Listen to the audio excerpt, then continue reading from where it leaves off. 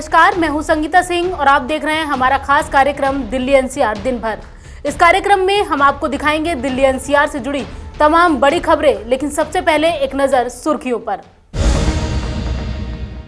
दिल्ली के स्कूलों और मोहल्ला क्लिनिक का तमिलनाडु के सीएम एमके स्टालिन ने किया दौरा। दिल्ली सरकार के कामों की तारीफ। सीएम केजरीवाल को दिया विशेष आमंत्रण।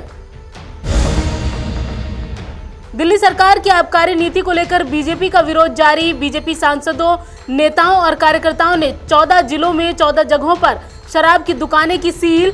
दिल्ली सरकार को घेरा। पीएम मोदी ने परीक्षा पे चर्चा के दौरान एग्जाम तनाव और मार्क्स को लेकर दिया गुरु मंत्र। बोले, ऑफलाइन या ऑनलाइन नहीं, मन का भटकना है समस्या।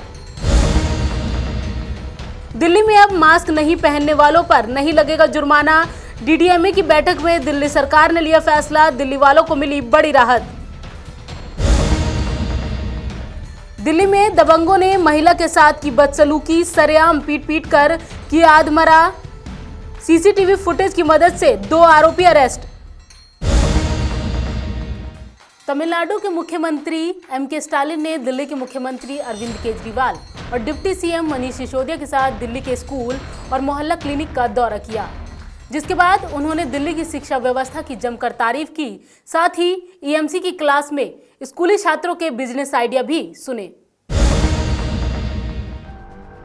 तमिलनाडु के मुख्यमंत्री एमके स्टालिन ने दिल्ली के मुख्यमंत्री अरविंद केजरीवाल और शिक्षा मंत्री मनीष सिसोदिया के साथ दिल्ली के सरकारी स्कूल और मोहल्ला क्लिनिक का दौरा किया।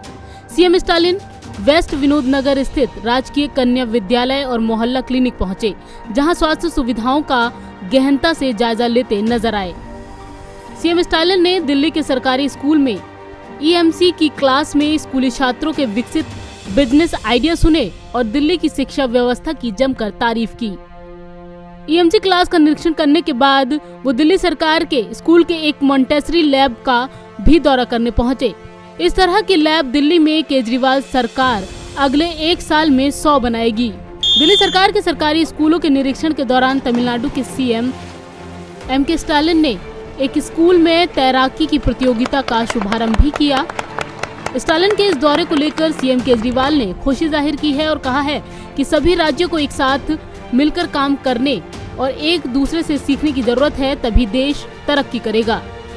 We all need to learn from each other, and I am very happy that he came to Delhi today, and it was an honor and a privilege for me to receive him and take him around in the school and the Mohalla clinic.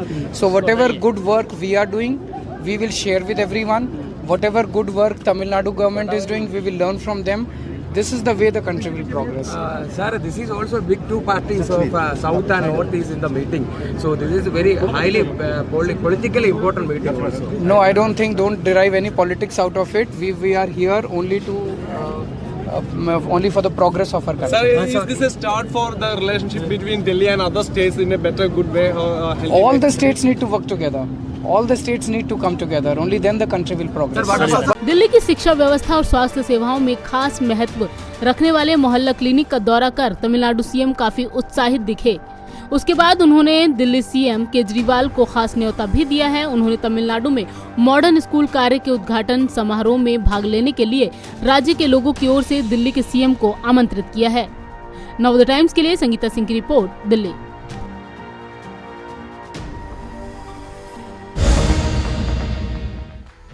BJP Delhi सरकार की आबकारी नीति का जमकर विरोध कर रही है। इसी कड़ी में बीजेपी के नेताओं और कार्यकर्ताओं ने 14 जिलों में 14 स्थानों पर अवैध शराब की दुकानों को सील किया। अंबेडकर नगर में बीजेपी सांसद रमेश बिदूड़ी के नेतृत्व में शराब की दुकानें बंद कराई गई।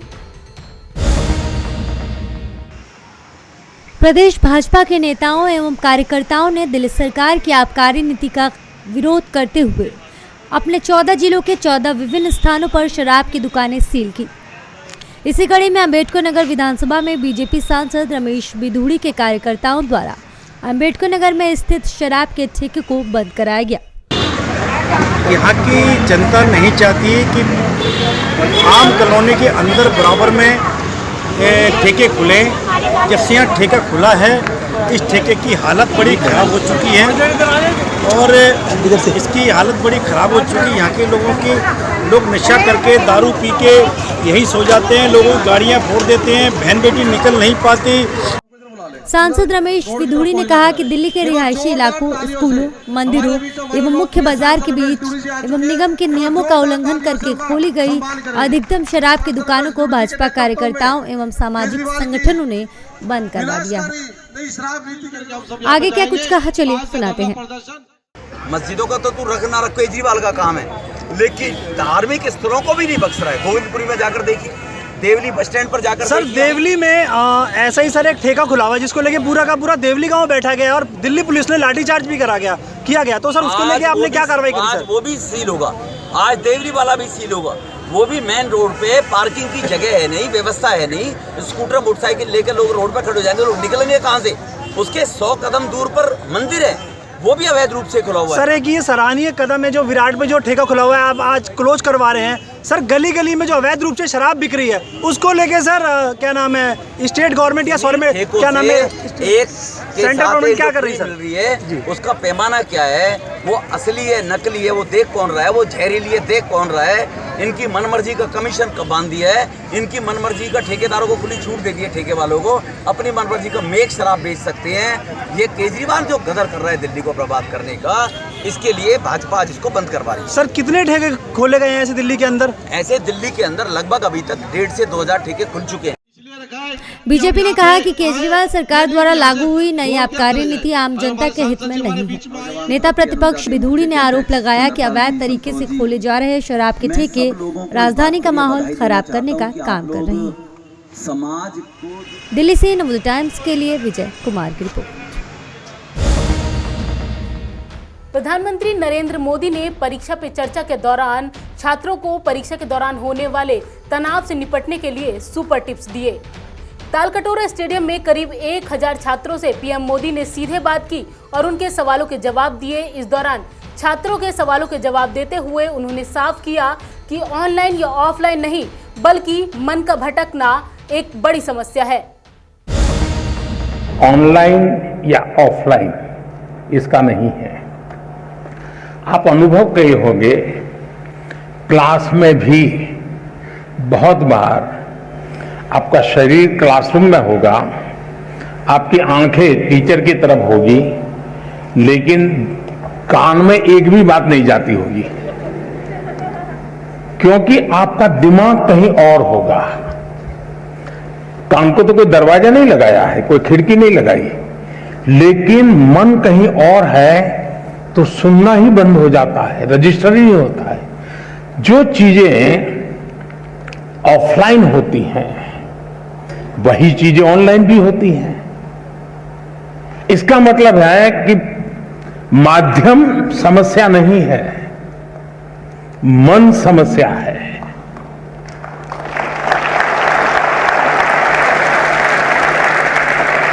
माध्यम ऑनलाइन हो या ऑफलाइन, अगर मेरा मन पूरी तरह उससे जुड़ा हुआ है, उसमें डूबा हुआ है,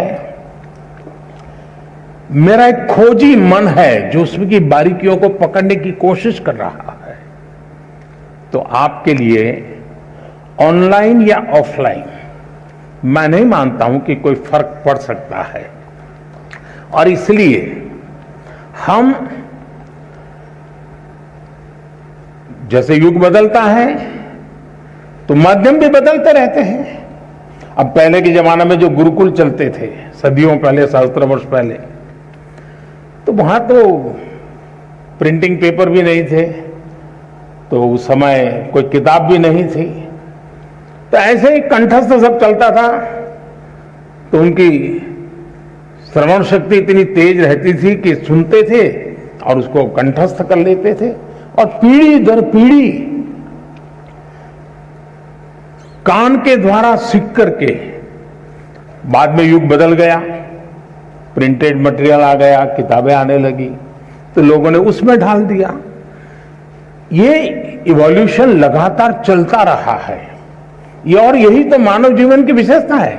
तो वो इवोल्यूशन का एक हिस्सा है कि आज हम डिजिटल गैजेट के माध्यम से, नए टेक्नोलॉजिकल टूल के माध्यम से बड़ी आसानी से चीजों को प्राप्त कर सकते हैं और बड़े व्यापक रूप से प्राप्त कर सकते हैं। इसे हमने एक अपॉर्चुनिटी मानना चाहिए, हमने इसे समस्या नहीं मानना चाहिए। लेकिन ये भी सही है कि कभी हमने एक कोशिश करनी चाहिए, हम ऑनलाइन हमारी पढ़ाई को एक रिवॉर्ड के रूप में अपने टाइम टेबल में रख सकते हैं। मुझे पक्का विश्वास है कि मान लीजिए आपके टीचर के द्वारा मिली हुई नोट्स और स्टैंडर्ड मटेरियल कहीं आपको ऑनलाइन अवेलेबल है, दोनों को बराबर देखेंगे तो आप ही उसका वैल्यू एडिशन कर सकते हैं। आप कहेंगे हाँ टीचर ने इतना बताया था, मुझे इतना याद रहा था, लेकिन यहां दो चीजें मुझे अच्छी मिल गई हैं, अच्छे तरीके से मिल गई है, मैं दोनों का जोड़ कर दूंगा, तो वो आपकी ताकत बहुत बढ़ा देंगे। कोरोना की रफ्तार थमने के बाद दिल्ली वासियों को दिल्ली सरकार ने बड़ी राहत दी है। अब मास्क ना लगाने पर कोई जुर्माना नहीं लगेगा। डीडीएमए की बैठक में ये फैसला लिया गया है। कोरोना की रफ्तार थमने के बाद केजरीवाल सरकार ने दिल्ली वासियों को बड़ी राहत दी है। अब राजधानी में मास्क नहीं लगाने पर ना कोई चालान होगा, ना ही कोई जुर्माना किया जाएगा। दरअसल गुरुवार को हुई दिल्ली आपदा प्रबंधन प्राधिकरण की बैठक में ये फैसला लिया गया। हालांकि इस दौरान महामारी एक्ट जरूर जारी रहेगा ताकि कोरोना जांच और टीकाकरण जारी रहे। बता दें कि दिल्ली में कोरोना की स्थिति पूरी तरह नियंत्रण में है। दिल्ली के उपराज्यपाल अनिल बैजल की अध्यक्षता में डीडीएमए की बैठक हुई, जिसमें दिल्ली के मुख्यमंत्री अरविंद केजरीवाल भी वीडियो कॉन्फ्रेंसिंग के जरिए शामिल हुए। ये बैठक दिल्ली में कोरोना की स्थिति और टीकाकरण के रिव्यू के लिए बुलाई गई थी। मीटिंग में फैसला लिया गया कि अब मास्क नहीं पहनने पर कोई जुर्माना नहीं वसूला जाएगा। अभी तक मास्क न पहनने पर 500 रुपए के जुर्माने का प्रावधान था। इससे पहले 2000 के जुर्माने का प्रावधान था। हालांकि डीडीएमए ने लोगों से अपील की है कि संक्रमण के नियंत्रण में आने के बाद भी मास्क ही संक्रमण से बचाव का सबसे बेहतर विकल्प है। वहीं दिल्ली में कोरोना की बात करें तो दिल्ली में गुरुवार को स्वास्थ्य विभाग ने जानकारी देते हुए बताया कि बीते एक दिन में 113 लोग कोरोना संक्रमित मिले। वहीं इस दौरान 114 मरीजों को छुट्टी दी गई। बीते एक दिन में कोरोना की दैनिक संक्रमण दर 0.49% दर्ज की गई। ब्यूरो रिपोर्ट, नवोदय टाइम्स, नई दिल्ली। वहीं राजधानी के राजा पार्क थाना इलाके में महिला से बदसलूकी का मामला सामने आया है। यहां 3 दबंगों ने सरेआम महिला को पीट कर अधमरा कर दिया और फिर मौके से फरार हो गए। ये पूरी वारदात मौके पर लगे सीसीटीवी कैमरों में कैद हुई है, जिसके बाद पुलिस ने इन सीसीटीवी फुटेज की बिना पर 2 आरोपियों को अरेस्ट किया है। दिल्ली में एक महिला को 3 दबंगों ने पीट कर अधमरा कर दिया। ये घटना बाहरी दिल्ली के राजपार्क थाना इलाके की है। घटना का वीडियो सामने आने के बाद पुलिस ने 2 आरोपियों को गिरफ्तार तो कर लिया, लेकिन पीड़ित परिवार पुलिस की कार्रवाई से संतुष्ट नहीं है। सीसीटीवी में कैद इन तस्वीरों में देखा जा रहा है कि किस तरह 3 दबंग डंडों के साथ एक महिला की बेरहमी से पिटाई कर रहे हैं। महिला जमीन पर गिर गई, इसके बावजूद दबंगों द्वारा डंडों के वार नहीं रुके। सर ये मैं ही हूँ और ये हमारे पड़ोसी है सर, पेशे से वकील है। ये मुझे मार पिटाई यही कर रहे हैं सर मेरे साथ। क्या वजह थी, क्यों मार पिटाई? सर सामने पड़ोसी है रघुवीर सिंह कोई, तो उनसे हमारा थोड़ा उनसे केस चल रहा है सर, पहले लड़ाई झगड़े में। तो केस चल रहा है सर लड़ाई झगड़े में, तो ये उनकी पैरवी कर रहे हैं उस केस में। तो हमें सबूत के, हमारे पास सबूत है सर, हमारे कैमरे लगे हुए हैं तो उसमें सबूत है। हमारे वीडियो में तो ऑडियो वीडियो मंगाई थी हमें कोर्ट में सर, उनको छीना झपटी करने के लिए हमारे से कोर्ट में भी मारा पीटी की गई है इन्होंने, उसकी भी मेरे पास कंप्लेंट है। तो सर जब से ये हमारे साथ केस को दबाव डाल रहे हैं, कि प्रेशर डाल रहे हैं कि केस को हम वापस ले लें, तो ये आए दिन मेरे घर पे पथराव, ईंट पथराव, मुझे जानलेवा हमला कई बार हो चुके हैं सर। मेरे पास सब एविडेंस है और इस बार इन्होंने मेरे पे पूरी तरीके से जानलेवा जान से मारने की कोशिश की और जान से मार ही देते अगर सर वो ये मतलब बचाते ना लोग मेरे को गली में। इस घटना पर बाहरी जिले के डीसीपी समीर शर्मा ने जानकारी देते हुए बताया कि बीते दिनों इस घटना की सूचना पुलिस को मिली थी। जिसके तुरंत बाद ही पुलिस ने पीड़ित पक्ष के बयान के आधार पर और सीसीटीवी फुटेज और डॉक्टर्स की एमएलसी के आधार पर संबंधित धाराओं में मुकदमा दर्ज कर लिया था और 3 में से 2 आरोपियों को गिरफ्तार भी कर लिया, जबकि तीसरे आरोपी की गिरफ्तारी होना भी बाकी है। अभी कुछ इंसिडेंट्स आए हैं जिसमें वुमेन के प्रति काफ़ी लोग पिटाई मतलब ऐसा कुछ वीडियो वायरल हो रहे हैं। ये काफ़ी गलत बात है, इस पर हम स्ट्रिक्ट एक्शन लिया है। हमने जो आप जिस वीडियो की बात कर रहे हैं उस पर हमने केस रजिस्टर किया है 351/2022 और इसमें 341 का मुकदमा दर्ज किया है इस पर और इनमें हमने इसको 2 आदमी को अरेस्ट भी किया है इसमें। और आगे भी जैसे भी ऐसे कोई केस होंगे तो उसमें स्ट्रिक्ट कार्रवाई करेंगे और वुमेन के खिलाफ स्पेशली अगर कोई ऐसी कोई हरकत होती है उस पर इमीडिएट एक्शन होगा और स्ट्रिक्ट एज पर लॉ कार्रवाई होगी।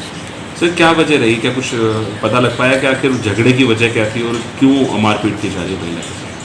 झगड़ा जैसे बताया जा रहा है इसमें कि कोई पड़ोसी का झगड़ा था, जिसके बाद कुछ वकीलों ने इनके ऊपर अटैक किया है और रीज़न वकीलों का क्या रहा इस पर अभी इन्वेस्टिगेशन हो रही है। महिला के साथ हुई मारपीट की घटना को लेकर पीड़ित पक्ष पुलिस की कार्रवाई से संतुष्ट नहीं है। उनका कहना है कि जिस तरीके से आरोपियों ने महिला को बांस बल्लू से पीटा है उसकी वीडियो देखकर हर कोई सहम जाएगा। दिल्ली से नवोदय टाइम्स के लिए अनिल कुमार की रिपोर्ट।